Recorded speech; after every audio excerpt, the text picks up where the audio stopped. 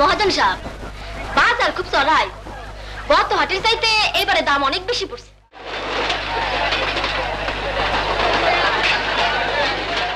কনকনে শীতের রাতে শুটিংয়ে ববিতা ও আমজাদ হোসেন। মানিকগঞ্জের তীরবর্তী এক গ্রামে গোলাপি এখন ট্রেনে সিনেমা শুটিং। সেখানে সারাদিন অপেক্ষায় ববিতা। অন্য শিল্পীরা শুটিংয়ে অংশগ্রহণ করলেও ববিতার ডাক আসে না। যখন ডাক আসে তখন রাত 2টা। কনকনে শীতের মধ্যে ওই রাতে আনন্দ চিত্তে সংলাপ দিতে দাঁড়িয়েছিলেন ববিতা, কারণ ছবির পরিচালক আমজাদ হোসেন, যিনি পর্দায় গ্রাম বাংলাকে সবার কাছে তুলে ধরেছেন। ছবিতে মাটি ও মানুষের কথা বলতেন তিনি, ছিলেন রাজনীতি সচেতন।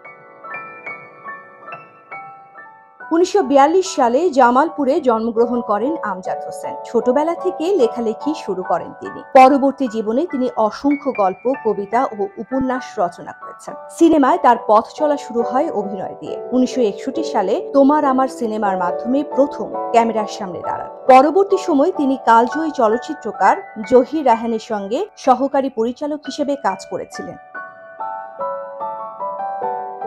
একসময় নিজেই পরিচালনায় নামেন এবং উপহার দেন একের পর এক জনপ্রিয় বাংলা চলচ্চিত্র। মুক্তিযুদ্ধ পূর্বকালীন যে সিনেমা স্বাধীনতা আন্দোলনে গণজোয়ার এনেছিল, সেই জীবন থেকে নেয়ার কাহিনীকার, সংলাপ রচয়িতাও ছিলেন আমজাদ হোসেন। গ্রাম বাংলার ভালোবাসার ছবি হিসেবে যে ছবিটি সবচেয়ে বেশি পরিচিত, সেই সুজন সখীরও কাহিনীকার, সংলাপ রচয়িতা তিনি। পৌরাণিক কাহিনী নিয়ে নির্মিত জনপ্রিয় ছবি বেহুলার সংলাপও তার লেখা। এছাড়া ধারাপাত, আনোয়ারা, আবার তোরা মানুষ হ, জয়যাত্রা, আকাশ ছোঁয়া ভালোবাসার মতো জনপ্রিয় ছবিগুলোর কাহিনীকার তিনি। অভিনেতা আমজাদ হোসেনও বেশ জনপ্রিয়। জীবন থেকে নেয়ার আলোচিত চরিত্র মধুভাই রূপে অনবদ্য অভিনয় করে দর্শকদের হৃদয়ে তিনি গেঁথে আছেন। এছাড়া হারানো দিন, আগুন নিয়ে খেলা, বেহুলা, প্রাণের মানুষ, প্রেমী ও প্রেমী সহ অনেক সিনেমায় তিনি অভিনয় করেছেন। এক সময়কার বাংলাদেশিদের ঈদ বিনোদনের অন্যতম অনুষঙ্গ জনপ্রিয় টিভি সিরিজ জব্বর আলীর নাম ভূমিকায় তিনিই অভিনয় করেছেন। গোলাপি এখন ট্রেনে, সুন্দরী সিনেমার সেই কালজয়ী গানগুলোর রচয়িতাও তিনি। আমজাদ হোসেনের লেখা নাটক ধারাপাত নিয়ে চলচ্চিত্র নির্মাণ করেন সালাউদ্দিন। এতে আমজাদ হোসেন নায়ক হিসেবে অভিনয় করেন। এরপর তিনি জহির রায়হানের ইউনিটে কাজ শুরু করেন। তার পরিচালিত দর্শকপ্রিয় চলচ্চিত্রের মধ্যে আছে বাল্যবন্ধু, পিতা পুত্র, এই নিয়ে পৃথিবী, বাংলার মুখ, নয়নমণি, গোলাপি এখন ট্রেনে, সুন্দরী কসাই, জন্ম থেকে জ্বলছি, 2 পয়সার আলতা, সখিনার যুদ্ধ, ভাত দে, হীরামতি, প্রাণের মানুষ, সুন্দরী বধূ, কাল সকালে, গোলাপি এখন ঢাকায়, গোলাপি এখন বিলেতে ইত্যাদি।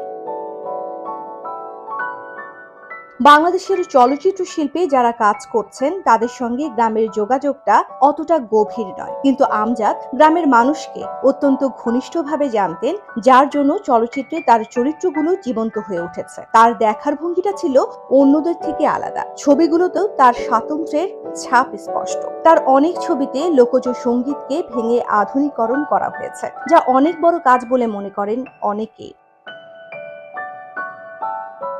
তাকে নিয়ে স্মৃতিচারণা করেছেন ববিতা মৌসুমী। আমজাদ হোসেনের কাজের ধারা ববিতার ভাষায় অদ্ভুত সুন্দর। তার ছবিতে যে শিল্পীরা কাজ করতেন সবাই বেশ তৃপ্তি পেতেন। এমন হতো, একটি দৃশ্যের শুটিং হবে, সকাল থেকে বসে আছি, সন্ধ্যায় তিনি তা ধারণ করলেন। আমরা মোটেও বিরক্ত হতাম না, তবে কোনো কিছু তিনি চাপিয়েও দিতেন না। ববিতা জানান, শুটিং এর আগে খুব একটা তিনি স্ক্রিপ্ট দিতেন না, একটা ধারণা দিয়ে রাখতেন। কখনো শুটিং স্পটেও সংলাপ বদলে যেত।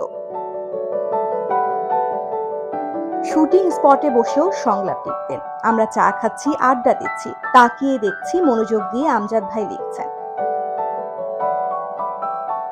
গোলাপি এখন বিলেতে ছবির শুটিং এর জন্য আমজাদ হোসেন মৌসুমীকে একদিনের শুটিং এর কথা বলে নিয়ে গিয়েছিলেন কমলাপুর রেল স্টেশনে। সেই ট্রেন গাজীপুর হয়ে কখন ময়মনসিংহ চলে যায় টের পাননি মৌসুমী। শুটিং করতে লেগে গিয়েছিল 4 দিন। আমজাদ হোসেনের পরিচালনায় আদরের সন্তান ও গোলাপি এখন বিলেতে ছবিতে অভিনয় করেছেন মৌসুমী। আমজাদ হোসেন আমাদের চেয়ে অনেক বড়, ঘনিষ্ঠভাবে মেশার সুযোগ হয়নি। এরপরও বন্ধুসুলভ ব্যবহার করতেন। কাজের ক্ষেত্রে দূরদর্শিতা তার লেখার মতোই ছিল।